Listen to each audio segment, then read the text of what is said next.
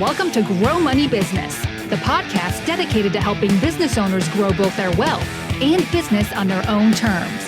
Here's your host, Grant Bledsoe. Hello, everybody. Grant Bledsoe here. Welcome back to Grow Money Business. This week on the podcast, my guest is Rick Terrien. Rick has been an entrepreneur for a long time. He's started, exited a whole bunch of businesses.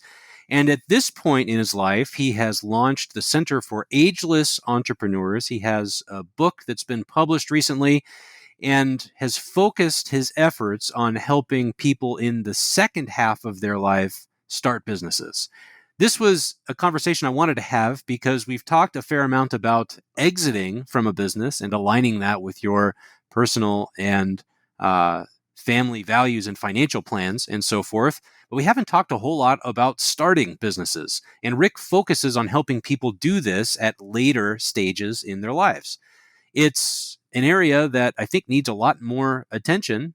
And Rick is doing good work, delivering benefits, and helping people go through that process at later ages. So if you're someone who doesn't really know what the next stage is for you, or is considering starting a business, but you're not really sure where to begin, this is a good episode for you. I hope you enjoy it. Hey, everybody. Real quick before we jump into today's episode, I have been advised by my attorneys to remind you all that none of what you might hear in today or any other episode of Grow Money Business is financial, investing, tax, legal, fitness, or even relationship advice. It's content that you're free to use and deploy on your own terms. And before you take any actions on what we might cover in the show, I really encourage you to consult with your accountant, attorney, or financial planner. If you don't have a financial planner and think that you might need one, be sure to check out threeoakswealth.com to learn more about my firm's planning, advice, and investment services. And we're live with Rick Terrien. Rick, welcome to the podcast. Thank you for being here today. Hi, Grant. I'm looking forward to our conversation. So why don't we start here? Why don't you tell us a little bit about your work and what you're up to right now? Sure. So I'm a lifelong entrepreneur. I've been self-employed for 50 years. Multiple different kinds of businesses that I've started. I usually don't sell these businesses for big hockey stick returns. I run them to support my family and to support the communities I'm working in. So I had one business I started when I was in college with a bowl of change on the dorm room dresser door. That business I sold it when I was 25 years old. I raised my kids with it. It was still going when it was 40 years old. I started another one that is still going, but I sold it when it was 10. It's almost 25 years old. I like to build in a lot of sustainability into these. And that's what I've been doing my entire life. And as I got a little older in this, I started to recognize that the path I had been on for all these decades was probably a little bit unique. And I started writing a blog about it. And eventually that blog transformed itself into a book, which was published last year. And the rest of the story continues from that book. Very nice. So this is a podcast that is meant to help business owners align what they're doing in their business with their personal life and their personal finances. I'm a financial planner by trade. We work with a lot of business owners, helping them do that kind of stuff. And the primary reason that I wanted to have you on today is that a lot of the work that you're doing now is helping people launch businesses at more, I don't want to say advanced ages, but after some kind of transition. We've talked a lot about on the podcast about business exits, how to do it, when to do it, a little bit about how to minimize taxes when you're doing it, all that fun stuff. And when you exit from a business, there has to be this alignment of your business, your personal, and your financial stuff if you're going to do it effectively. And what I found is that a huge percentage of business owners who successfully exit from their business are a little lacking on the personal plan and what they're going to do after they make that transition. And some find that they're a little bit bored and maybe the next step is, playing golf at the country club. But for a lot of people, they get the itch and they want to launch another business. And that's primarily what you're doing these days. Is that right? Helping people do that? That's exactly right. So I was lucky enough to get an award. It's now managed by AARP, but it's called the Purpose Prize. I was a Purpose Prize fellow, but I really liked the tagline for this award, and it was "Making a difference is ageless." And how you approach your work life, especially as you grow older, can change your world, change your own personal world, and change the communities you live in profoundly. So I am working on that transition from a work life to a third act, a second act, however you want to characterize this. We call it the second half of life. And how people approach that, we're all going to be living longer. That's clear. And there's plenty of problems out there to solve. Why not take the skills we've learned through our lifetimes and in our careers and transition those into a small enterprise that fits your values, fits your timeline, fits the amount of time you want to put into it, and get out there and continue to make those contributions. It doesn't mean everybody has to do it. A lot of people are just going to want to go off and go gardening. But when I was doing the research for this, even people employed, there's about 100 million people in that 45 to 60 plus, 65 plus age range. And a quarter of them, 25 million people, said that they would like to start their own enterprise. And that was before the pandemic. It's even larger now, a larger percentage.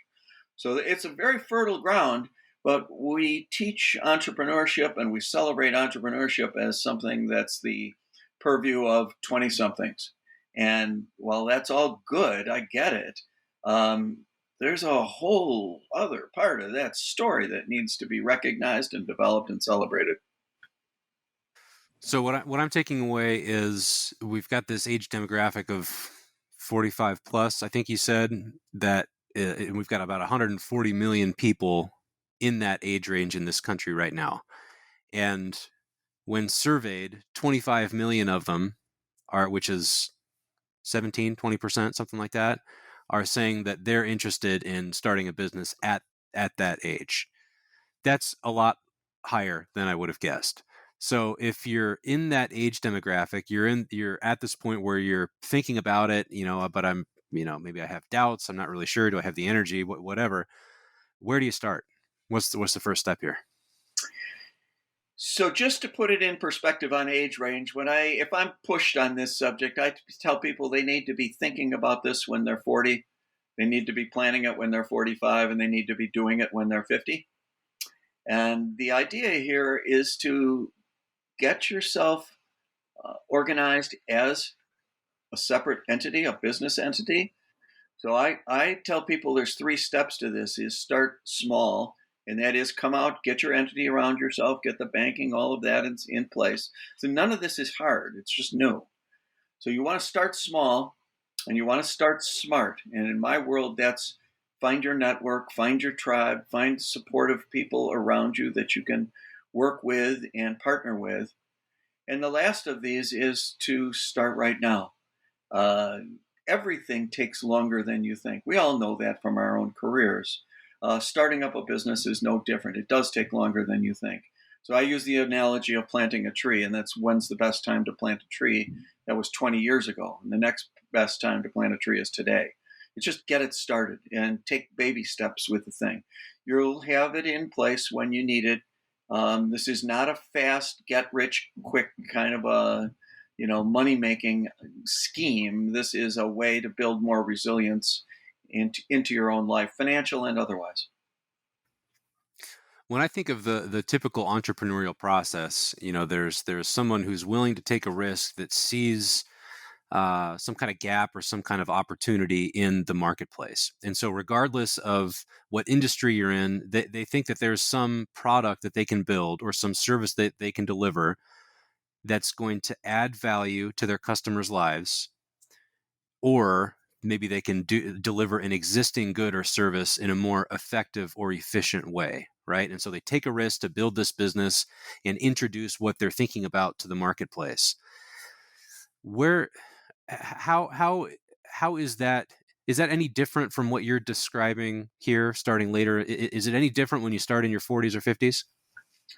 It depends on your expectations for the business. I've started businesses where I really wanted to put the pedal down and generate as much revenue as I could, as fast as I could. There's nothing wrong with those kind of businesses. Generally, for these ageless entrepreneurs, that isn't the case. We don't need the money to pay the rent.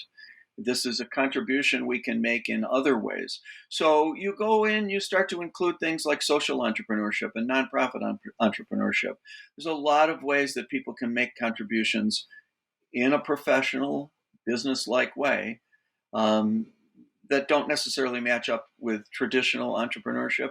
But in the end, it's all the same. You've got to solve a problem. Somebody's got to pay you for it. That's right. Yeah, fundamental, regardless of what you're doing or how you're doing it. You got to solve a problem. And if you can't see enough problems out there right now, you're not looking very hard. That's right. So first steps here is yes, you have to have an idea of what problem you want to solve, but organize around yourself. When you say that, start small, give it time, don't put too much pressure on yourself.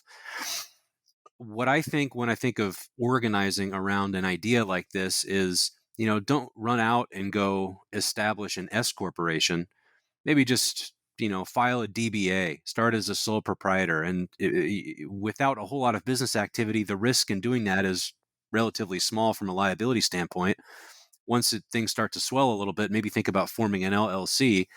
And then once you have those documents in place, you can take it to the bank and open a bank account in the name of the business. That's what comes to mind for me. How do you think about these first initial steps of organizing and then getting the banking and so forth in place? We were tracking exactly, except I would put a little bit different spin on the very beginning of that. It's so cheap and so fast to form an LLC right now. I generally advise skipping the DBA. I mean, while you're thinking about it and going to the library and researching it and doing that, there's no harm. But getting that entity status around yourself, an LLC is usually $100, a couple $100, depends on the state you live in. It's a minor expense, but then that does allow you to go out and establish the credit, establish the banking, get your federal employment number. All of those things are going to fall around a legal entity.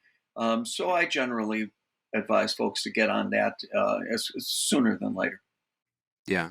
Yeah, it does vary by state. I'm in California, and it costs us minimum $800 a year to file one. Which for some people, just getting started, that's a little bit of a, make you think twice about it kind of thing. That's too expensive. I agree with you.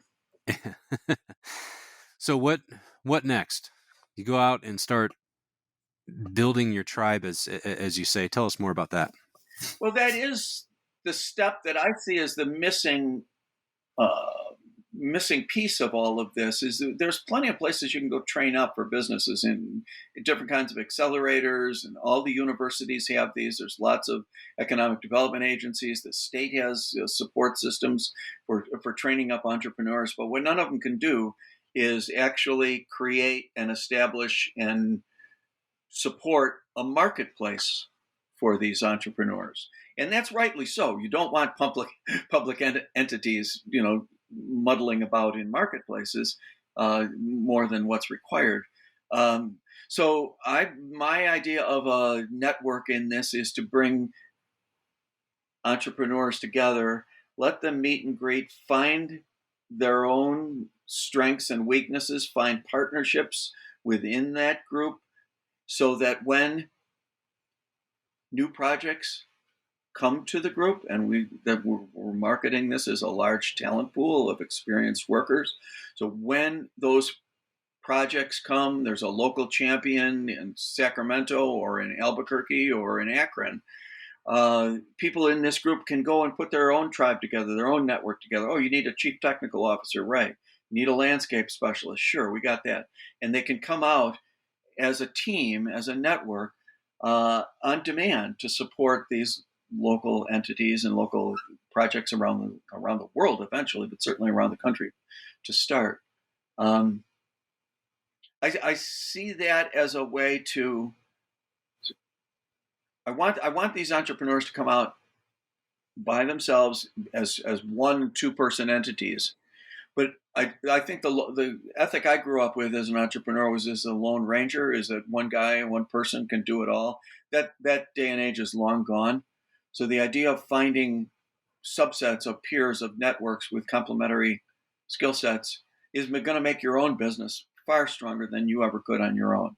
And so that's part of this Center for Ageless Entrepreneurs that I'm putting together is to create that infrastructure for meeting and greeting and network building. Sure. Okay.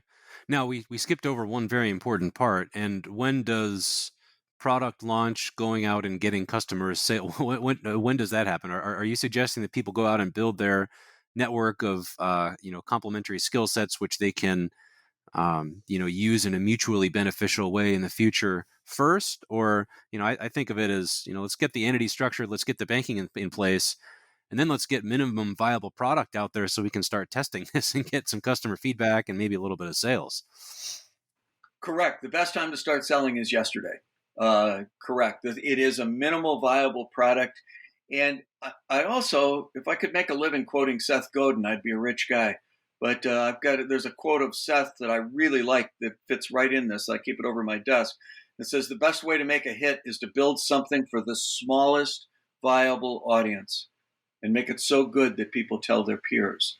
So you just want to get started. You don't want to put crazy expectations, first quarter growth and second quarter. You want to just get out there and start putting your product, your service in people's hands and getting that feedback and making it better every day. Yeah, and when I hear quotes like that, what comes to mind too is targeting a really tight niche and really small group of people with really specific needs, because that is the easiest way to have the biggest impact on their lives with regard to whatever you're trying to solve for them. You get too general here, it's far less impactful. Right. And there is no better way to spread your business news than having your customers tell potential customers. There's just none better than that. We're all doing it as reviews on, Amazon and all of these digital platforms, but solving a problem for someone in a niche and have them go out to the rest of their niche brothers and sisters and talk about how good you are, you can't get any more valuable than that. Right. So tell us about your nonprofit work, Rick. You've published a book here recently. You were telling me before we went live that you kind of paused the book tours because of COVID, and have now launched this organization to help match aspiring entrepreneurs and kind of build relationships within that sphere. What does that look like? What does that support network do, and what are you focused on? Right. Well, I take direction from this from my earlier careers when I was starting my own businesses in industries I wasn't sure of, markets I really didn't have a lot of experience in. And it's a lonely damn business, and you don't know what you don't know. And so I've always thought that having peer-to-peer networks, particularly in entrepreneurship where that's not usual, we're usually competing with each other. But at the leadership roles, those people know better, that the CEOs and the board members, they've got these networks to talk to one another and help each other solve problems. But for individual entrepreneurs starting out, it's much more difficult. So we've just taken the cloak off the website. There's probably still some misspellings there and a couple of things that aren't in their final form yet. But we're starting. We've got a minimal viable product that's open. We're going to start this month having online meetings, invitation only, to introduce this Center for Ageless Entrepreneurs, CAE, to stakeholders that would have an interest in it and that can bring their own networks to it. We hope eventually to have a large broadcasting footprint around that, but we're going to start one at a time, small groups at a time. Eventually, I can see this, if we get through all of this health crises we're in, having conferences for these, face-to-face conferences for these kind of events as well. So the members come in and join the organization, and the benefit is a group of other business owners, other entrepreneurs in a similar stage of business that you can get together with, support each other with, because there are a few of these groups available to people in the similar stage of business. and it sounds like the platform will be online events, in-person events at some point. What does the organization provide any other? There are so many challenges that early stage business owners go through. Referrals to professionals, legal help. What what what what's your vision for the organization? Might be the right way to put it. Sure, and the vision is to have all of those services available inside this network in a peer-to-peer. People that are roughly in the second half of life. If I'm coming in as a fire safety specialist, I want to be able to sell my services to any of those people you just talked to. If I want to find some legal or accounting services, I want to reach out into that network and find out who in that network supports my kind of business. It is this peer-to-peer, and I think we do it a lot with younger entrepreneurs. We really try to help them, but there is nothing for folks in the second half of life. That's the missing piece of this, and I think that there's no, many online platforms say no soliciting. I think it's just the opposite for this one. I think that it is one big solicitation party. Let everybody else know what you're doing. There's nothing wrong with selling anything. There's nothing wrong with entrepreneurship. Come on in, tell us what you're doing. Find out we'll find out what you need. You can find out what others need. And I also think, Grant, is that this group can put their backs together and reach out to people who are coming into the second half of life that want to start their own business, that don't know about entrepreneurship, and help them into the process as well. So again, it's this peer-to-peer mantra, but I think it is a very powerful, and it has the capability of scaling significantly. I know it's a relatively new thing for you. Do you mind if I ask what your membership numbers look like now? Yeah, they're really small. They're under 100. We really literally just took off the cloak off the website last week. Very cool. What kind of businesses are you seeing join? What industries? What are the focus of the businesses that are on so far? A lot of them are friends that I've asked in. These are people that I've either interviewed for the book or I know of that are doing good work in their community and that would be powerful advocates to help others in this demographic. So many of them are leading networks of women entrepreneurs. That's a strong one of these.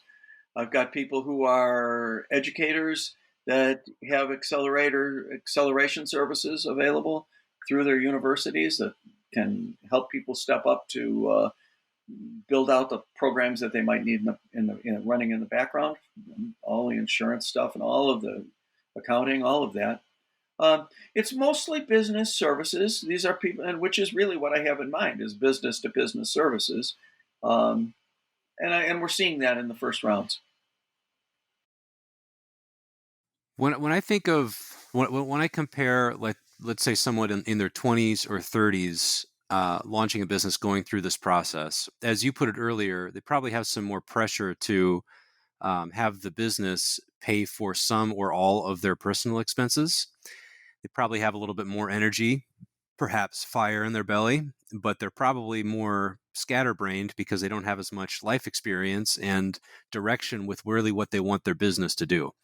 And part of really why I like to focus on this entrepreneurial process in my career is I just love the idea that somebody goes out and takes a substantial financial risk because they see a product or service that could be delivered in a different way or better to the marketplace. So they take this risk to go out there and do it.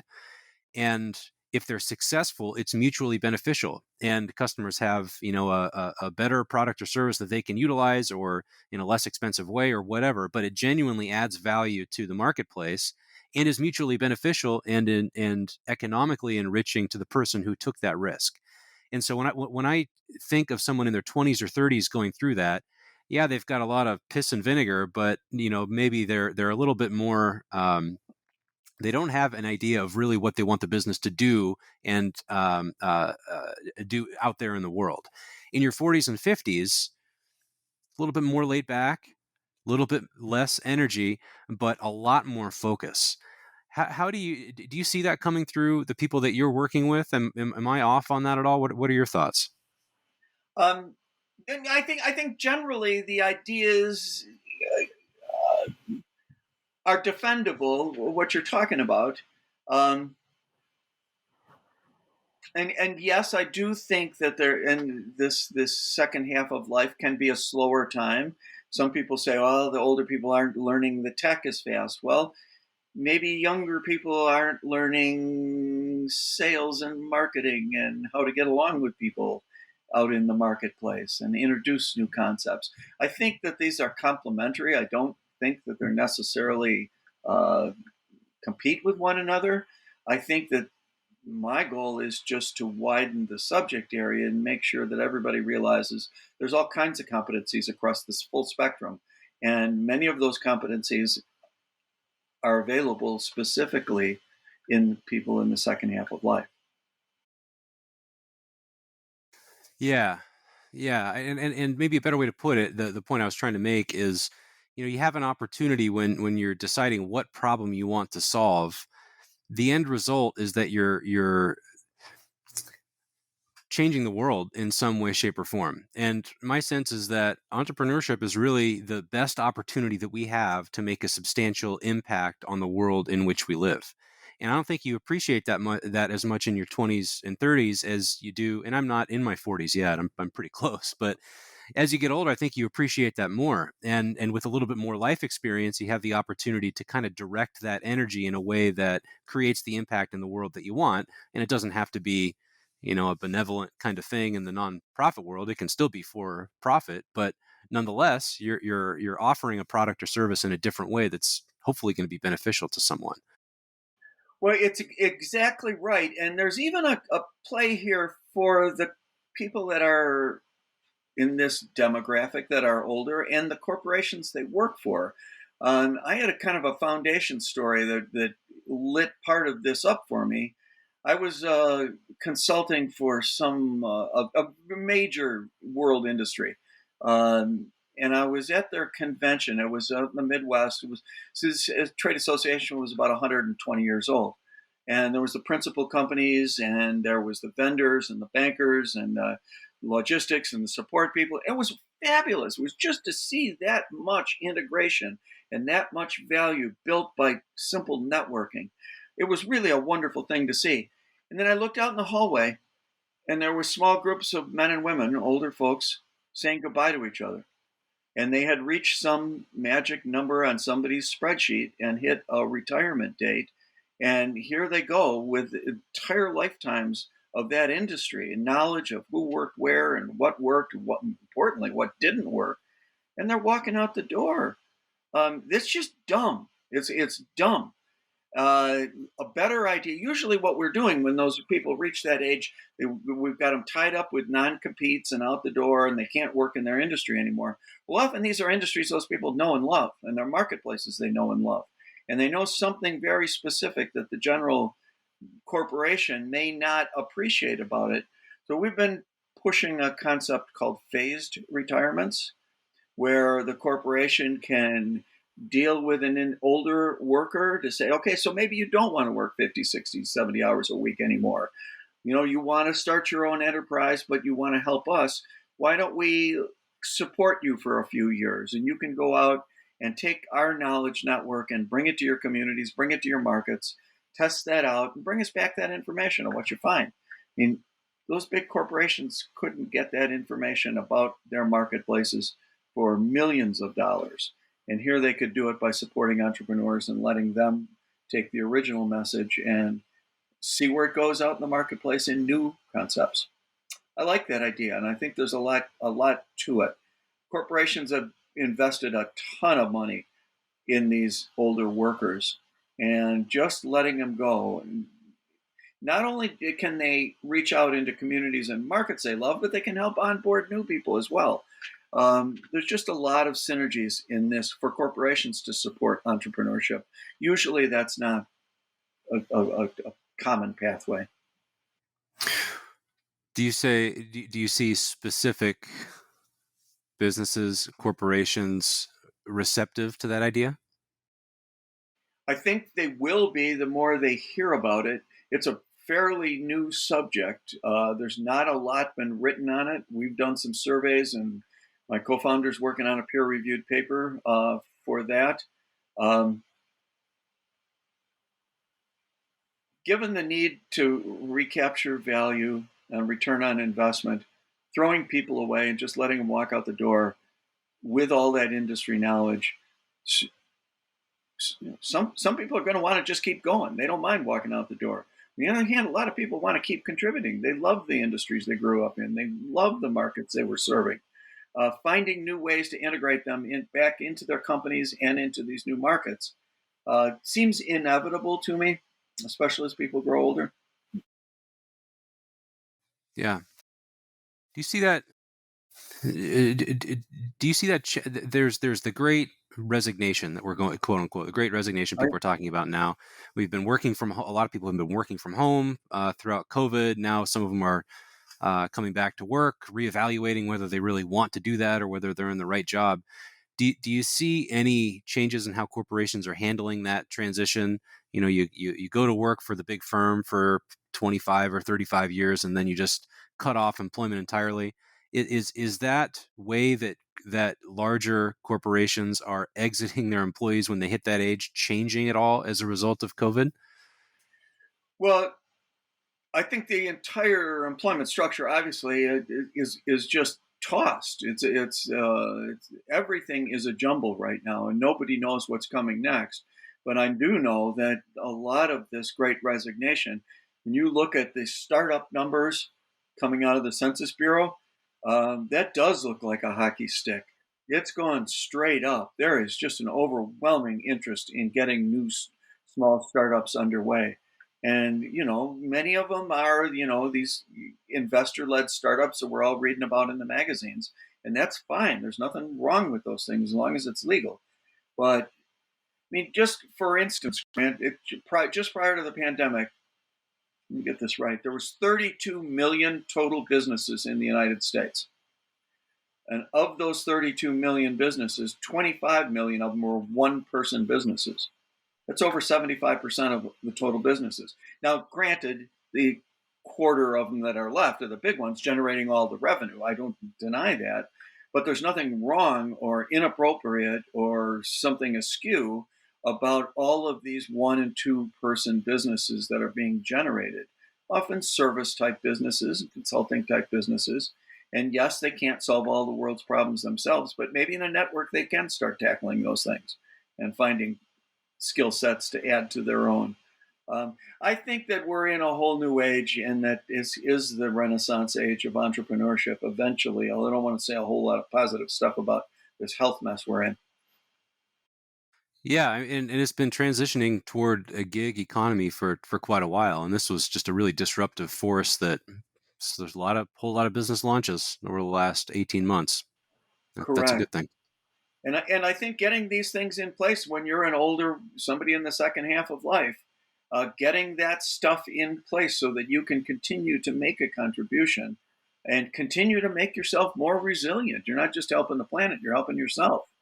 That's, entrepreneurship 101. You got to do both.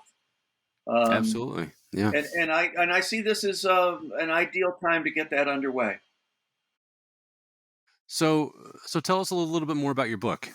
How did the book launch go? Tell us about the contents. Sure. The book launch went horribly. Thank you for asking.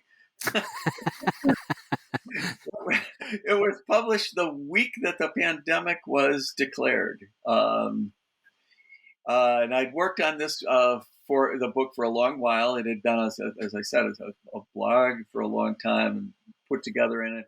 I had hoped to do a nice, small, thin, inspirational volume. I really like those kind of books. I pick it up any place, open to any page. I had a fabulous editor. My publisher is Entrepreneur Press, Entrepreneur Media. And my editor was just great and tough on me. And she insisted that I fill that book out. Don't just inspire people, but make sure you get the checklists in there for how to do each of these steps. So don't just say go to the bank. These are the 9 things you need to do at the bank. Don't just get insurance. These are the 13 things you need to think of. I don't know if those numbers are the right ones, but so in an interview or a conversation like you and I are having, you're not going to allow me to start reading off checklists. But I do get to talk about the the inspirational parts of this. It is an inspiring time with all the opportunities out there. But the book has also got these checklists that you can put a Post-it note on and go back to over and over and over. It's still a modest size book, which I'm glad of. I didn't want to be an expert on anything. I did want to just inspire people and pretty much tell people you can do this. Anybody can do this. Men, women. Doesn't depend on your circumstances. Doesn't depend on where you live. You can still make a contribution, and that's what I'm really. That was the gist of the book. Well, that's a good message that I think we need to repeat more and more. And if you can figure out how to solve other people's problems, you can, as they say, you can have anything you want in life, and it's never too late to start. Right. Exactly right. What do you have any sense of success versus failure rate amongst people who are in the age demographic that you mentioned initially, 45 plus, 25 million of those want to start a business. Of those who do start, is the success rate of those businesses any different than younger demographics? I think they track each other. That's not a conclusive answer because it's not something that's really studied. Often these businesses that are started in the second half of life are slower pace. If there isn't, significant revenue in this month, there might be in the next one. Is that reason to close it? Probably not. But if you're having to buy shoes for the kids and you miss a couple months of revenue, now you have a significant problem. And so it's a different approach at different times in life, and I don't think that translates well into Census Department analysis of success and failures. I think if depending on the expectations you set for yourself for these ageless entrepreneurs, it's almost pretty hard to fail. You got to just quit. You got to not want to do it anymore. You can keep going. It's just fine as long as you hit the metrics that you're putting in place. And if you put those metrics in a modest platform of expectations, there's no reason you can't keep going at a small scale. Yeah, and thinking through it, that was a pretty poor way to ask the question that I used, but success is such a subjective thing, and someone in their mid 50s who's getting going, their definition of what they want out of it is going to be totally different than someone who's younger, someone in another industry, and we're kind of getting back into the being too generic in using stats to describe this stuff issue. But the opportunity to launch something and build it into whatever you want out of it is just huge. And I'm really fired up that people like you are out there doing this work, assisting along the way. Well, and thank you. I appreciate it. And I think the work needs to be done, but it is across a wide spectrum. I had a long conversation with a retiring professor of AI who wants to start something, and he wants to get over and join that hockey stick and build something fast. I think of another good friend of mine I helped. She led a very active career in an office. It was a high pressure government contracting, insurance and contracts and deadlines. And, she did that her whole life. She was really competent at it, but she was one of 12 kids. She had to make her own clothes when she was growing up and retained that skill set. About 3 or 4 or 5 years ago, maybe a little longer, a friend asked her to repurpose some older fabric from her great-grandmother's wedding dress, and she made a bunch of Christmas ornaments for them. And then she did it for somebody else's grandfather's suit or grandfather's ties. And little by little, she started repurposing these heirloom fabrics into new 21st century objects that these families were just falling in love with. And she nurtured that through the last few years of her career, decided to retire. And from the day she retired, she's got a 2-year waiting list of customers who would like to have that service provided to them. Is she going to get rich doing that business? Probably not. Is she going to be able to work until she's 110? Probably. Is she going to continue to generate revenue for herself and her family? You bet. It's all over the spectrum. I know, all the way back to the retiring professor of AI.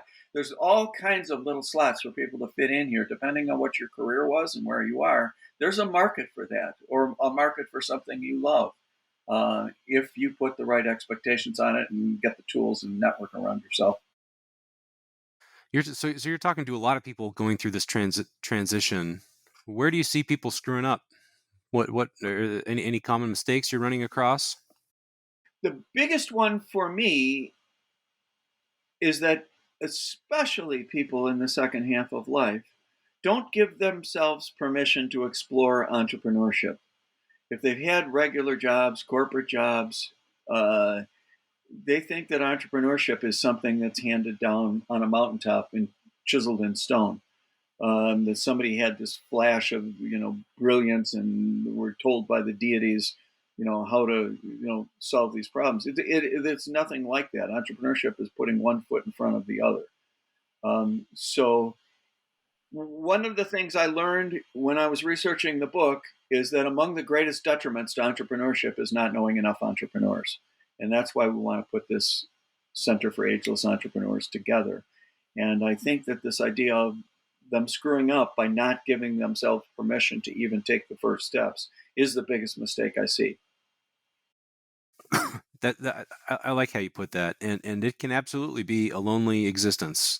Even if you have a large number of employees that you're working with every single day, nobody is sharing the same challenges and the same stuff that you're going through. And so having some kind of network, and for me, there are all sorts of independent financial planners that run their own firms that I connect with and have masterminds and study groups with, and all this stuff that we can kind of commiserate with each other on. But that really is quite important, because your mental health will suffer if you don't have others to share these challenges with. Without any doubt. And I think, and it doesn't cost anything to share your time, share your understanding, offer something to the world, give a penny, take a penny kind of a thing. Those mastermind groups you're in, those are exactly what we're talking about for sharing value and getting new insights and keeping your mental health and your business health on track. Yeah. Yeah. Okay. So first steps, start thinking about what problem you're going to solve. Get organized. If you're in California, maybe think twice about the LLC, but elsewhere for $100, it's really not a bad way to go. Go out and get a bank account. Buy Rick's book and go through that. What's your book called again, Rick? It's Ageless Startup. Start a business at any age. Ageless Startup. Go check out Rick's book. Check out his checklist of the stuff that you need to keep in mind when you go visit the banker.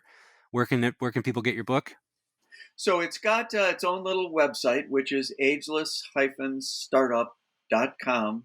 But it's also on all the usual suspects. Amazon's got it. You can read the first chapter, and I think you can listen to a first chapter as well. It's on audiobook as well, and available at all the independent bookstore kind of outlets as well. Excellent. Okay. So a couple basic steps, and then it's one foot in front of the other after that. Start networking, start making connections with other people, and sell your stuff, and one foot in front of the other. Yeah, the mantra is it's not hard, it's just new, right? Yeah. Well, I disagree. I think it is hard.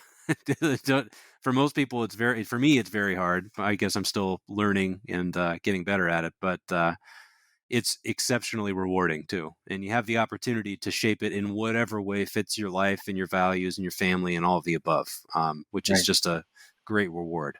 Right. Well, I appreciate you coming on, Rick. What did we miss? Nothing. If I can give the URL for the for the Center for Ageless Entrepreneurs, I would. It's agelessentrepreneurs.org. And there's a website up for that that's about 95% done. All right. Well, thanks again for the time. It's great to hear what you have going on. I think you're doing great work, and I think a lot of people out there are going to benefit from your efforts. Thank you, Grant. I've really enjoyed our conversation. Thanks for the invitation. My pleasure. Thanks for tuning in to Grow Money Business, the podcast dedicated to helping business owners grow both their wealth and business on their own terms. Be sure to subscribe to the podcast on iTunes, Google Play, or wherever you digest podcasts to ensure you don't miss out on future episodes and announcements. And feel free to submit questions to growmoneybusiness.com.